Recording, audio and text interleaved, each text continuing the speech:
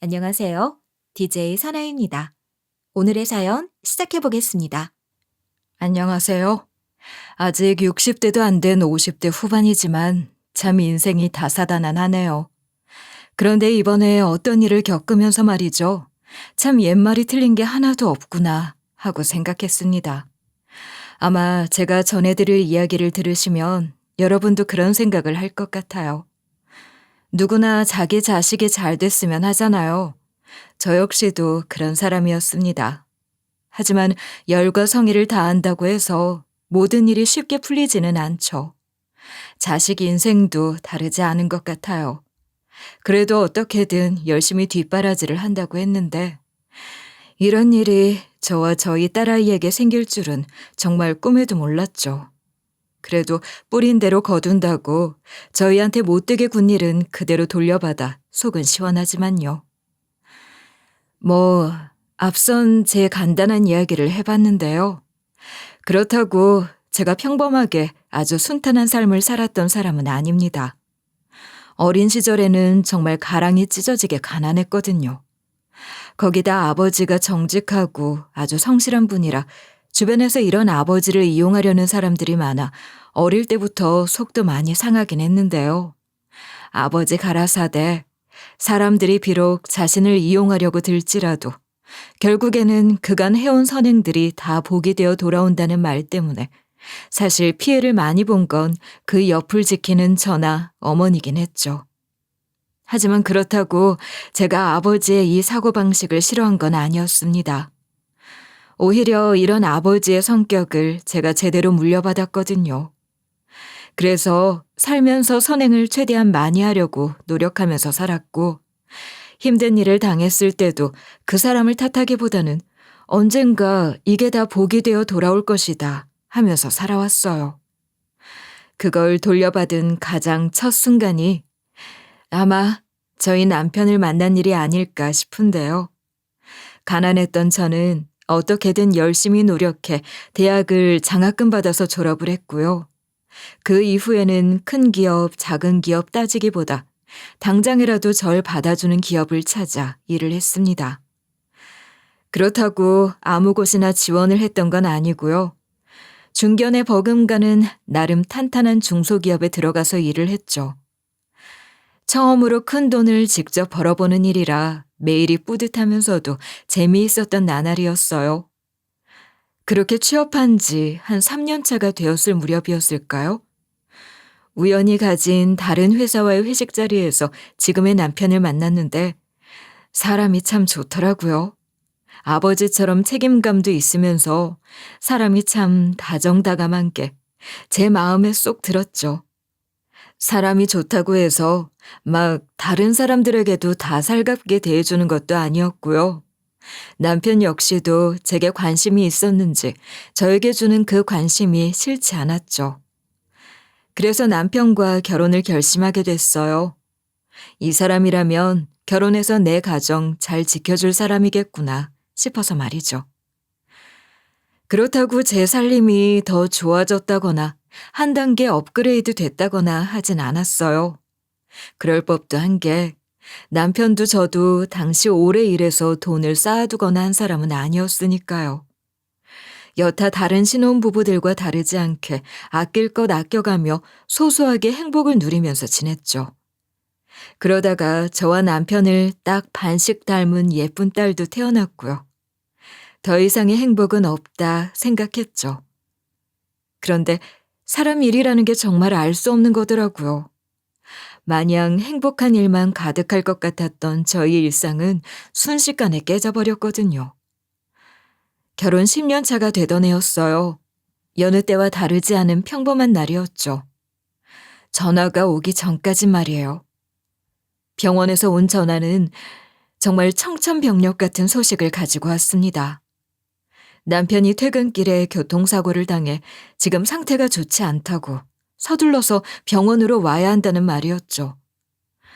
이게 무슨 일인가 싶었어요. 정신을 제대로 차리기 어려웠어요. 그래도 어떻게든 정신을 부여잡고 아직은 어린 딸을 데리고 서둘러 병원으로 달려갔습니다. 그렇게 남편의 임종은 어떻게든 지킬 수 있었죠. 갑작스러운 남편의 죽음에 장례식도 어떻게 잘 치렀는지 잘 기억도 나지 않아요. 시댁과 친정의 도움으로 어떻게든 치르긴 했는데 제 기억에 남아있는 건 그저 울면서 남편에게 마지막 인사를 건네러 온 조문객들과 함께 슬퍼했던 것뿐이었죠. 그래도 남편이 참 좋은 사람은 맞았는지 남편의 장례식 내내 식장은 사람들로 붐볐습니다. 사고로 떠난 남편이라 그래도 보험으로 어느 정도 당분간 생활할 정도는 남겨주었는데요. 그 돈은 어떻게든 딸 대학 등록금으로 쓰고 싶어서 저는 어린 딸의 등하교만 친정에 부탁하고 열심히 일을 했습니다. 당연히 홀로 딸을 키우는 일은 쉽지 않았어요. 주변에서는 그냥 아예 친정이나 시댁에 아이를 맡기고 홀로 지내는 게 좋지 않겠냐 했지만 남편과의 마지막 연이나 다름없는 딸아이는 절대 제 손에서 놓고 싶지 않아서 홀로 고집스럽게 아이를 키우겠다 했죠. 물론 도움은 어쩔 수 없었지만요. 그러다 제가 한 40대 중반, 아이가 이제 고등학교 올라갈 즈음에 작은 가게를 얻어 장사를 시작하게 되었는데요. 대학교 앞에 위치한 곳이었던 터라 학생들을 대상으로 하는 작은 호프집을 했었습니다. 호프집의 특성상 딸아이의 얼굴을 볼 수 있는 건 아이의 등교 전뿐이었지만 언제까지 회사를 다닐 수만은 없었으니 이른 나이에 어떤 일이든 제 것을 한번 해보자 싶었거든요. 처음엔 쉽지 않았어요. 아무래도 그렇겠죠. 장사라는 게 절대 쉬울 수 없는 일이잖아요. 그래도 가끔은 딸이 학교를 마치고 사복으로 갈아입은 뒤 제 일을 도와주겠다고 고사리 손으로 이리저리 다니는 모습에 힘이 든지도 모르고 일을 했던 것 같아요. 물론 딸에게 이러지 않아도 된다고 했지만 꿋꿋이 어른 되면 자기도 아르바이트하고 돈을 벌어야 되지 않겠냐며 웃으면서 도와주더라고요. 참 씩씩하고 착한 딸이죠? 그렇다고 딸이 공부를 못하거나 하진 않았어요. 딸은 그래도 학교에선 제법 공부를 잘하는 아이였고 성격도 밝고 씩씩해 딱 제 아빠를 닮았었거든요. 어디 내놓아도 자랑스러운 딸이었죠. 그래서 가끔 이렇게 일하겠다 오는 딸을 보고는 속으로 생각했습니다. 언제가 될지 모르겠지만 딸만큼은 저처럼 힘들게 살지 않고 행복하게만 살았으면 좋겠다고 말이죠. 앞서 말씀드린 남편의 마지막 선물로 어떻게든 할 수 있었는데요. 그 사이에 제가 운영하는 호프집도 주변 학생들 사이에서 안주가 저렴하고 맛있다 소문이 나서 가게는 조금 더 넓은 평수로 옮겼습니다. 아무래도 딸아이와 똑같이 공부하는 아이들이다 보니 가격이나 맛을 신경 썼는데 이런 제 진심이 통한 것 같았죠. 아무튼 이렇게 하루하루 지내다 보니 어느새 딸이 대학을 졸업할 시기가 오더라고요. 하루가 정말 어떻게 지나갔는지도 모르게 순식간이었던 것 같아요. 딸은 학교 졸업하기도 전에 열심히 면접을 보러 다니더니 누구나 다 아는 대기업에 합격했다며 그날은 같이 손을 붙잡고 방방 뛰었었죠. 얼마나 기뻤으면 저희 딸 대기업 입사했다며 그날은 가게도 열지 않았다니까요. 그러다 이젠 어엿한 사회인이 된 딸. 딸은 회사를 열심히 다니더니 몇 년 뒤 남자친구라며 한 남자애를 집에 데려왔는데 딱 봐도 귀티가 철철 흐르는 사람이었습니다. 그래서 딸에게 물어봤더니 집이 재벌 저리 가라 하는 그런 집의 둘째 아들이라고 하더군요. 솔직히 걱정스러웠죠. 재벌 만나는 거 그래 좋아요. 하지만 옛말에 왜 그런 말이 있겠어요. 수준에 맞는 것이 좋다 하는 말이요.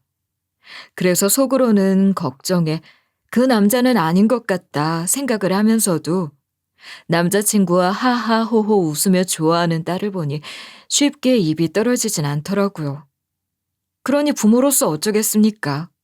그저 딸의 행복이 우선이라 생각하며 딸의 선택을 존중해줘야죠. 그렇게 딸과 남자친구는 생각보다 제법 긴 시간 연애를 했습니다. 2년이 넘는 연애 기간, 이 남자애 괜찮을지도 모르겠다는 생각이 들 무렵 즈음에 제 고개를 갸우뚱하게 만드는 일이 일어났죠. 그날도 어김없이 딸이 남자친구와 집에 함께 놀러 온 날이었어요. 매번 그렇듯 깔끔하게 차려입고 예의도 바른 청년이기는 한데 그날따라 왠지 모르게 마음 한구석에서 다시 생각해보는 게 어떨까 싶은 그런 의심의 싹이 하나 생기더라고요. 자기야, 우리 이제 결혼식 날짜랑 잡아야 하는데 언제쯤 하는 게 좋아? 글쎄, 장모님은 언제가 좋은 것 같으세요? 저희 결혼식이 말이에요. 그러게 말이다.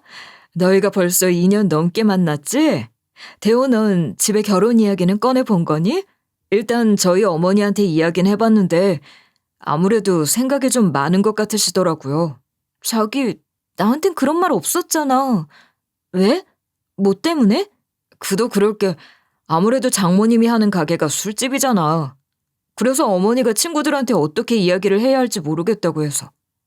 자기도 알다시피 우리 집 사람들은 장사는커녕 손에 물도 안 묻히고 사는 사람들이다 보니. 예비사위 될 딸의 남자친구란 청년은 그저 웃으면서 한 말이었지만 전 웃을 수 없었습니다. 대놓고 집안끼리 비교를 한 건 아니지만 예비사위의 말에 따르면 집에서 어찌됐든 저희 집안과 그쪽 집안의 차이에 대한 이야기가 나왔다는 말이니까요.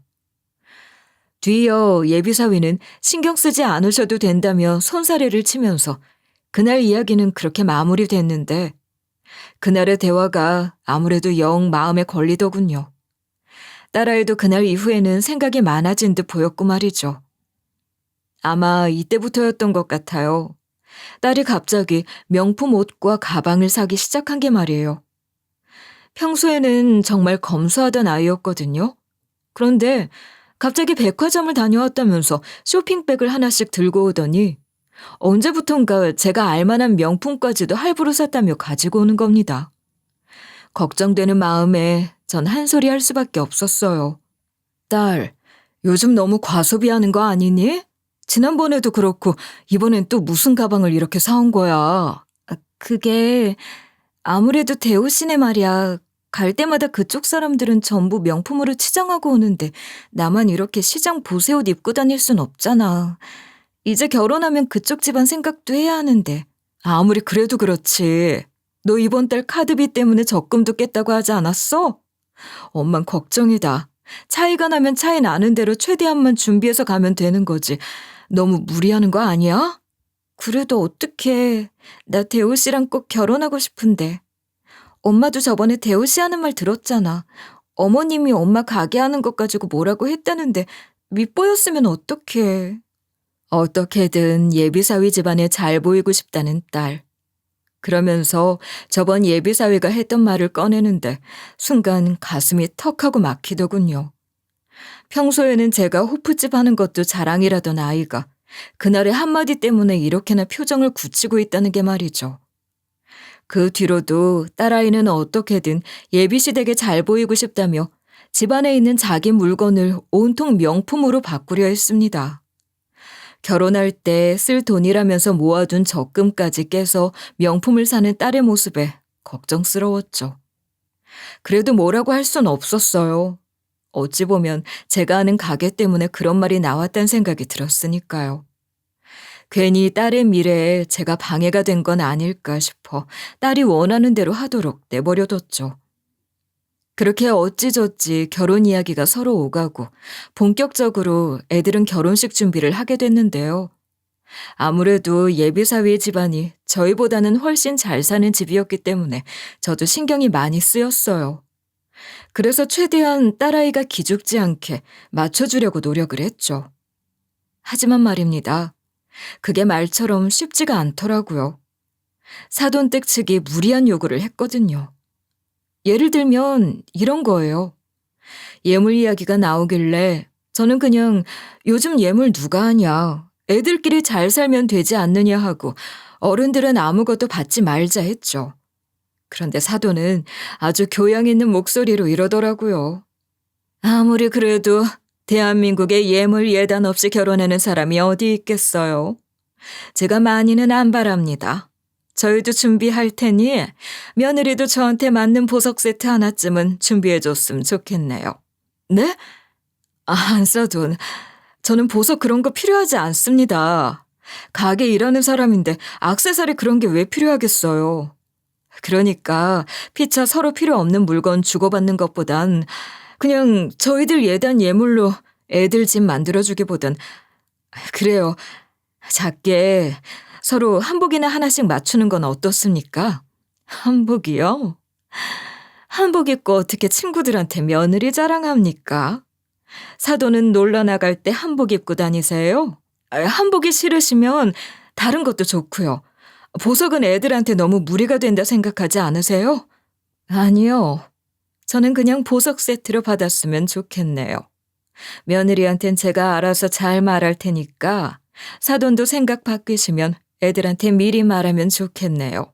아무리 형식이라지만 안사돈이란 사람은 명품, 진품 아니면 사용 안 하니까 무조건 준비해달라고 떼를 쓰더군요.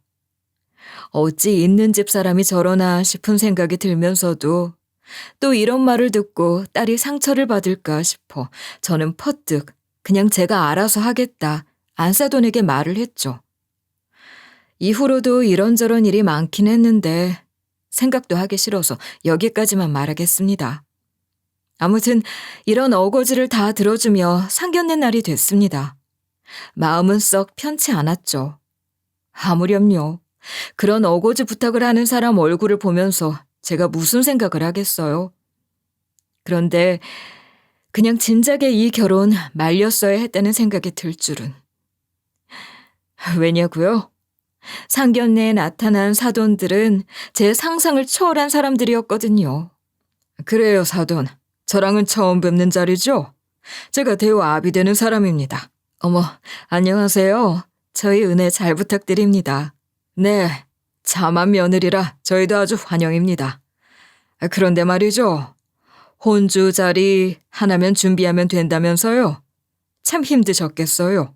그러니까요. 여보, 여자 혼자서 그것도 딸을 키웠으니 얼마나 불쌍해요. 저라면 당신 없는 그 순간부터 울고불고 난리 부렸을지도 몰라요. 물론 저희 집안이 그리 없는 집안은 아니라 힘들진 않았겠지만. 사람마다 다 상황은 다르니까. 그래서 말입니다. 혹시 자리 비워두기 어려우시면 그쪽 어르신께서 참석하셔도 괜찮습니다. 아무래도 저희들 손님이 많이 올 텐데 신경 쓰이진 않으실까 해서요. 이들은 배려랍시고 이런 말들을 하는 것 같은데 저는 이게 전혀 배려라고 느껴지지 않았죠. 아무렴요.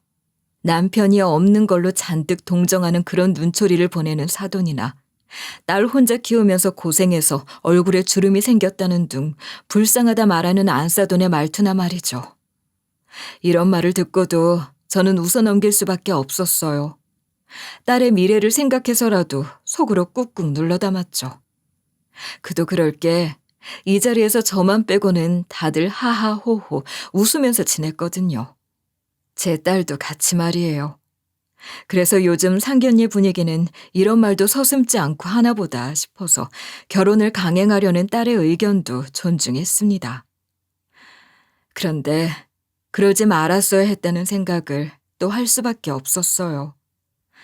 딸이 결혼 준비 도중 연락이 줄기 시작하더니 전화만 오면 목소리에 그늘이 가득했거든요.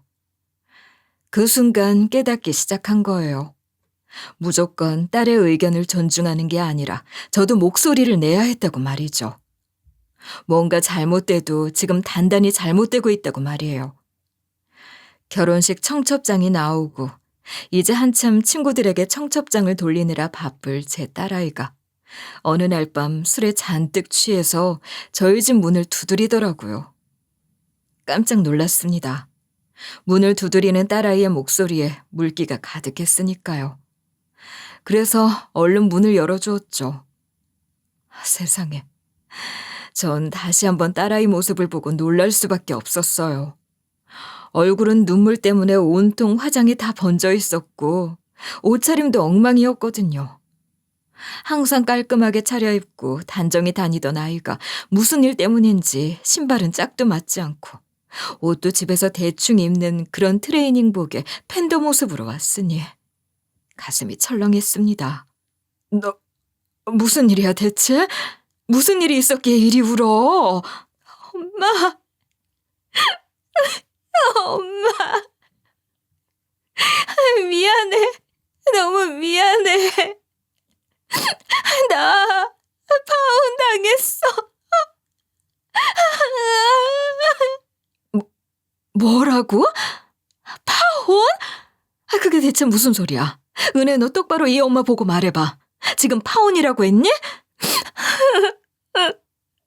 난 그 집안이랑 맞는 사람이 아니래. 나보고 결혼은 안 되겠대.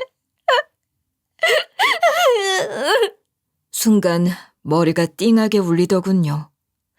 그 뒤로도 딸은 숨이 넘어갈 듯 우는데 저는 살살 달래면서 무슨 이유 때문에 그러느냐고 캐물었습니다.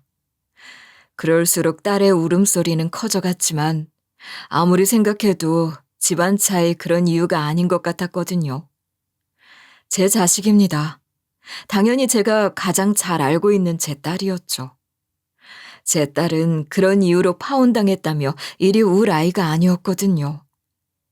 울음소리가 잦아들고 그런 딸을 조금씩 타일러서 제대로 말해보라 말했지만 딸은 좀처럼 입을 열지 못했습니다. 그렇게 한참을 기다려줬어요. 대체 무슨 일이길래 애가 이렇게 엉망으로 이 오밤중에 집을 찾아왔는지 말이에요. 그렇게 한참을 기다려 들은 이야기. 정말 어처구니가 없었습니다. 어머님이 오늘 나 부르더니 그러더라고. 아무래도 애비 없는 자식은 안 되겠다고. 아버님은 괜찮다고 하셨는데 자긴 절대 안 되겠대. 하자 있는 거라고. 하자? 지금 아빠가 없다는 그 이유 하나로 널 하자 있는 사람이라 그랬다고? 난 정말 어머님이 그런 말을 할 줄은 꿈에도 몰랐어.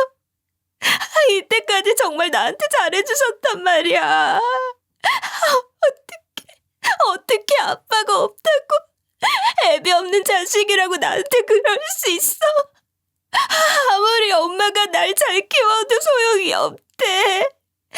대기업 다녀도 소용없대. 자기들 집안 체면이 있다고. 남들 앞에 며느리가 애비 없는 집안 자식이라고 어떻게 말하냐고 그러더라. 딸의 말이 끝나고 순식간에 열이 오르더라고요. 화를 참기가 어려웠습니다. 딸은 지금까지 제게 잘해주었다 말했지만 그것도 절대 아닌 게 분명했어요. 평소 저 애비 없는 자식이라는 생각을 하면서 살았을 텐데 뻔할 뻔짜죠. 저도 아까워서 손 하나 대지 않고 키워온 아이입니다. 아빠 없이 자란 티 내지 않도록 열심히 노력해서 키운 제 아이였어요. 그런 아이가 밖에서 이런 소리를 듣고 집에 들어왔다. 그것도 울면서? 엄마로서 절대 참을 수 없었죠. 전 그렇게 딸아이를 집에 재워두고 날이 밝자마자 사돈댁을 찾았습니다. 딸에게 물어물어 받아낸 주소로 찾아간 사돈댁. 전 도착하자마자 회장님 나오라고 고래고래 고함을 질렀습니다. 회장님이란 사람은 바로 박가사돈의 아버지 되는 사람이에요. 그러니까 사돈 어르신이었죠. 그리고 사돈댁에 도착했을 때부터 눈앞이 펼쳐진 모습에 제 심장은 더 세차게 뛰었어요. 왜냐고요? 거대한 대문에 딱 봐도 깔끔하게 정돈된 정원, 그리고 그 안에는 사람들이 부산스럽게 다니면서 아침 준비를 하는 모습. 딸이 이런 곳을 드나들면서 그간 얼마나 위축됐을지 생각하니 분노가 치밀더라고요. 차이가 나는 것까지는 알았지만 이 정도로 사람을 주눅들게 만들 환경일지는 꿈에도 생각을 못했거든요. 아마 저와 비슷한 경험을 하신 분들이라면 이런 제 행동 이해하실 거예요. 저는 그동안 혹시라도 차이나는 결혼을 어떻게든 이용하는 사람처럼 보일까 싶어서 사돈에게는 관심도 주지 않았거든요. 그저 딸과 예비사회가 했던 말처럼 조금 크게 차이가 나는 정도구나 생각했죠. 근데 이 정도의 차이일 줄이야. 이런 상황이라는 걸 처음부터 알았다면 아마 전 딸의 결혼을 반대했을지도 모르겠네요. 아무튼 제 이런 행동에 안에 있던 사람들이 바로 문을 열어주지는 않았습니다. 오히려 개무시를 하더라고요. 그래서 저도 적반하장으로 말했습니다. 당장이라도 이 문을 열어주지 않으면 회장님이 그간 숨겨온 비밀 전부 다 동네 사람들 다 들으라 떠벌리고 다닐 거라고. 가만히 있지 않겠다고 말이죠. 그러자 이제 사람 취급을 해주더라고요. 아침부터 그렇게 소리를 지르시면 어떡합니까? 회장님이랑 약속은 하시고 찾아오신 거예요? 아니요. 회장님 당장 나오시라 하세요. 저 이대로 돌아가면 무슨 짓을 할지 저도 모르겠으니까. 회장님은 당신 같은 사람이 오라 해서 오고 가라 해서 가는 사람이 아닙니다. 그냥 조용히 있을 때 돌아가시죠. 더 이상 소라는 저희도 가만히 있지 않습니다. 가만히 있지 않는다고요? 경찰 부르시면 오히려 곤란해지는 건 당신이 그렇게 높게 치는 그 회장님일걸? 내 말 알아들었으면 당장 사돈댁 회장님 나오라고 하세요. 제가 직접 말씀드릴 일이 있으니까요. 집을 관리하는 사람처럼 보인 남자는 제 말에도 콧방귀를 끼며 그대로 절 내쫓으려 했는데 순간 전화가 한 통 오더군요. 그 전화의 주인이 회장님인지 저를 그냥 들여보내라 한 것 같았습니다. 그렇게 대문 안으로 들어갔죠. 들어가니 아직 아침을 하던 도중이었는지 거실에는 사돈댁 어른들이 앉아 있었고 거실 옆 식탁에는 사돈과 안사돈이 어리둥절한 표정으로 절 봤습니다. 그 와중에 저나 딸아이에게 몹쓸 말과 부탁을 했던 예비 안사돈은 불쾌하다는 태도를 숨기지도 않더군요. 어쩐 일로 이렇게 아침 일찍부터 오셨습니까? 당신 저 사람한테 제대로 이야기 전달 안 했어? 안 하기는요. 그 집 딸 통해서 아주 잘 전해줬는데. 딸한테 소식 제대로 전해 듣지 못한 모양이죠? 아침부터 이렇게 교양 없게 찾아온 걸 보면 말이에요. 아니요. 사정 다 들었습니다. 왜 왔는지 궁금하시다고요? 저도 궁금해서요. 저희 딸 왜 파혼시키겠다고 했는지 그 이유 직접 제 귀로 들어보려고요. 제가 당당하게 말하는 모습이 뻔뻔스럽게 보였는진 몰라도 예비 안사돈은 코웃음을 치면서 가소롭다는 듯이 말하더군요. 그건 우리 가족들끼리 정한 결정입니다. 괜히 나서지 않으시는 게 좋을 것 같은데요. 당신이 이렇게 나오면 오히려 욕을 먹는 건 당신 딸이라는 거 몰라서 이러는 건가요? 그래요? 뭐가 그렇게 잘난 결정이길래 제 딸이 욕을 먹죠? 그리고 엄연히 제가 나서야 하는 일인 것 같은데요? 어미인 제가 나서지 않으면 누가 나설 수 있단 말씀이시죠? 어이가 없네. 이래서 수준 차이 나는 사람들이랑 결혼하는 건 절대 안 된다고 그랬던 거예요. 어머님, 보셨죠? 이 집안이 이런 집안이에요. 그러니까 제가 대호 결혼 말린 거라고요. 이런 집안? 지금 우리 딸이 온갖 수모를 다 당하고 결국 파혼까지 당해서 눈물까지 보였는데 엄마가 가만히 있으란 말인가요? 전 듣고 가야겠어요. 뭐가 그렇게 잘못해서 그쪽에 그렇게 운운하는 집안 체면 들먹이며 사람을 그렇게 상처까지 줬는지 말이에요. 저와 예비 안사돈이 말로 주고받고 싸우자 옆에서 박가사돈은 이러지도 저러지도 못하고 가만히 듣고만 있더군요. 그래서 알았습니다. 이제 보니 옆에서 상식적인 사람처럼 굴었던 박가사돈 역시 제 딸에게 별반 다르지 않게 행동했구나 하고 말이에요. 그때였어요. 제가 말한 회장님이란 사람, 박가사돈댁의 아버지가 방에서 나온 게 말이죠. 아침부터 뭐가 이리 시끄러워? 누가 아침부터 이렇게 목소리를 높여대? 어머, 아버님, 별것 아니에요. 그저 좀 경우 없는 사람이 와서 소란을 피워서요. 곧 경찰 불러서 쫓아낼 테니 그냥 들어가 계세요. 경찰은 무슨 경찰까지 불러? 그냥 좋게 설명해주고 내보내면 되지. 안에서 듣자 하니 이번에 대호랑 결혼한다는 아가씨 부모인 것 같은데 그래, 원하는 게 있어서 그러는 거요? 회장님은 정말 하나도 안 변하셨네요. 원하는 것, 돈, 그것들만 있으면 사람이 살아갈 수 있다고 생각하시는 그 생각 말이에요. 잘 보세요. 저 모르시겠어요? 사실 저와 회장님은 안면이 있는 사람이었습니다. 저는 진작에 이 회장님이라는 사람이 저희 딸아이의 가족이 될 거라는 건 알고 있었죠. 솔직히 말해서 이 때문이라도 사실 딸의 결혼은 말리고 싶었어요. 제가 이 회장님이란 사람이 아주 무서워할 만한 일을 알고 있었거든요. 아무튼 회장님이란 사람은 식탁에 앉으면서 제 얼굴을 빤히 쳐다보고는 점점 안색이 하얗게 질리기 시작했습니다. 그리고 못 볼 사람을 본 것처럼 눈이 커지고 동공지진이 오기 시작했죠. 회장님 지금 반응을 보니 기억은 나시는 모양이네요. 맞아요. 30년 전 그 일 잊지 않으셨던 모양입니다. 자네가 어떻게 여기... 제가 어떻게 여기 있냐고요? 지금 상황 다 들으셨으면 다 아실 거 아니에요. 맞아요. 제 딸 때문에 왔습니다. 제 딸이 지금 이 집안에서 정말 어이없는 일을 당했거든요. 그럼 그 아이가 자네 딸이란 말인가? 어떻게 이런 일이... 저는 천천히 회장님에게 걸어갔습니다. 회장님의 반응 때문인지 주변 사람들은 저를 말릴 생각도 못하더군요. 그나마 정신을 차리고 절 막은 건 다름 아닌 예비 안사돈이었죠. 당신이 뭔데 우리 아버님한테 큰 소리를 내? 당장 저리 가지 못해요?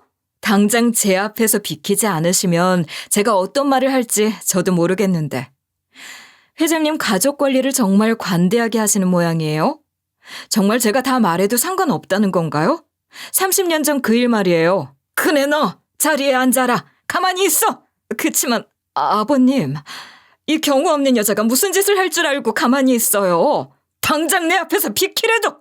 지금 경우 없는 건 바로 너다.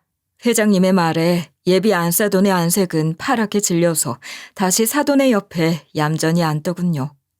그래서 저도 본론을 시작했습니다. 그간 제가 살아오면서 숨겨왔던 이야기 하나를 말이죠.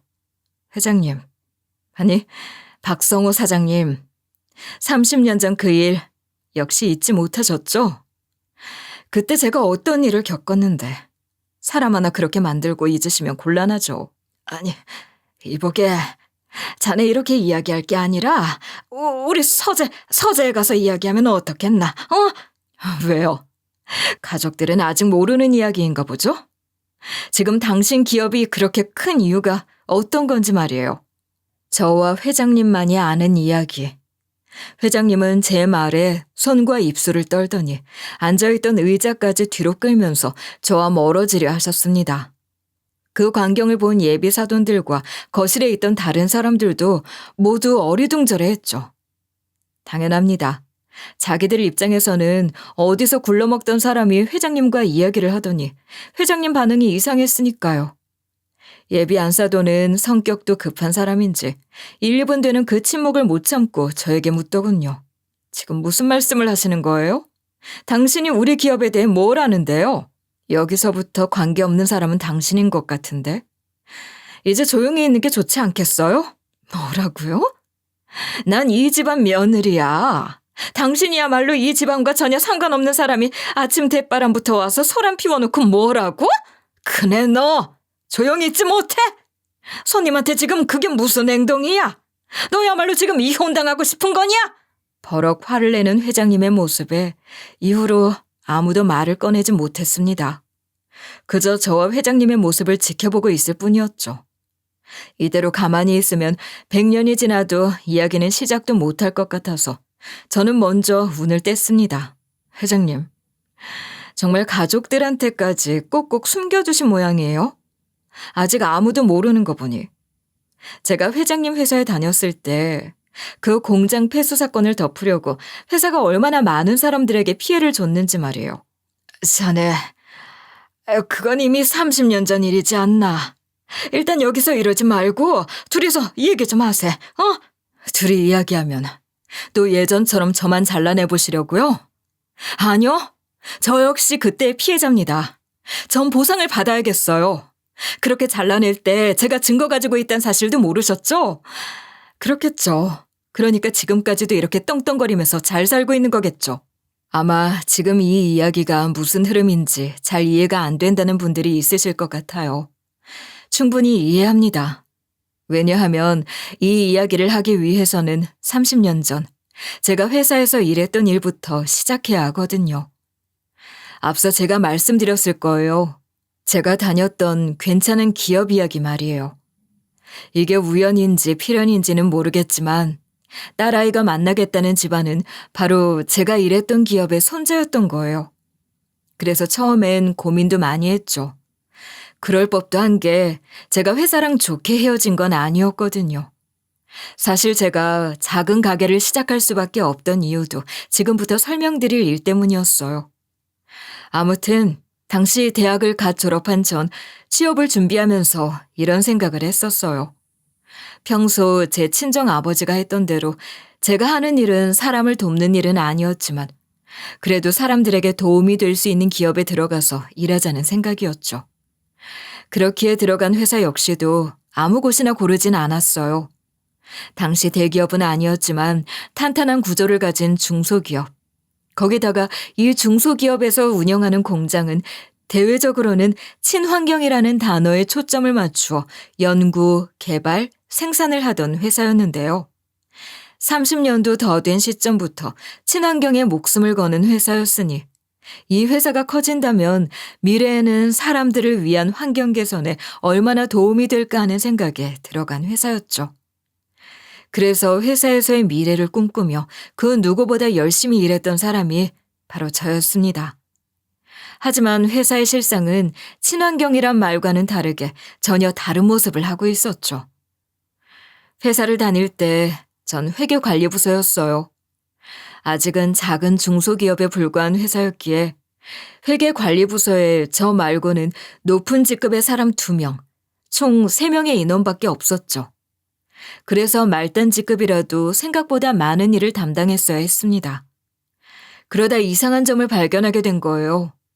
이 회장님이라는 사람이 이토록 벌벌 떨면서 가족들한테도 숨기려 했던 사실 말이죠. 그날도 평소처럼 사내 문서를 정리하던 중이었습니다. 대기업이 아닌 중소기업의 회계부서는 말이죠. 사람들이 생각하는 것만큼 문서들이 잘 정리되어 있진 않아요. 외부 일정을 다녀오는 사람이나 경비를 처리하기 위해 대충 서류를 작성해서 보내주는 사람들 때문에 정상기간이면 늘 눈에 다크서클을 달고 살아야 할 정도로 서류의 산더미 속에서 살아야 하거든요. 그래서 그 이상한 문서를 발견한 날도 똑같이 제 책상 위에 올려진 서류들을 정리하고 있었죠. 그러다 환경 개선 비용이라는 항목의 회계 내역을 발견하게 된 거예요. 연차로 5년차가 되던 저에게도 생소한 항목이었죠. 거기다 그 금액을 보는 순간 입이 떡 벌어졌습니다. 이렇게까지 큰 금액이 책정되어 있다고 싶었기 때문이었죠. 그러니 당장 사수에게 물어봤죠. 이 과장님, 아무래도 이게 너무 이상해서요. 처음 보는 항목인데 이렇게 큰 금액으로 책정되어 있을 수 있나요? 실제로 사용된 것 같지도 않고. 아, 그거 말이구나. 그냥 아무것도 묻지 말고 결제 넘기면 돼. 어차피 오대리가 이의 제기한다고 해서 될 것도 아니고. 이게 뭔데 그래요? 이 금액이면 저희 공장 운영비 20%는 될 것 같은데. 이걸 그냥 넘겨도 되는 거예요? 아, 그냥 넘기래도. 어차피 오대리 알아서 뭐 할 수 있는 것도 없어. 나중에 알게 될 거니까. 사수의 반응에 이상하다 생각했습니다. 그럴만 했던 게 제 사수라는 사람은 저보다도 철저하게 서류를 정리하던 사람이었거든요. 그런 사람이 사용되지도 않은 돈이라는 걸 뻔히 알면서도 그냥 결제 넘기면 된다는 책임 없는 소리를 했으니 제가 얼마나 의심스러웠겠어요. 그래도 문제는 없다고 하니 당장에는 일을 해야 했기에 사수의 말대로 처리를 했죠. 그러다가 다른 부서 동료들과 이야기하다 그 수상한 내역이 무슨 의미를 담고 있는지 알게 됐습니다. 이야기를 들은 전 너무 충격을 받았어요.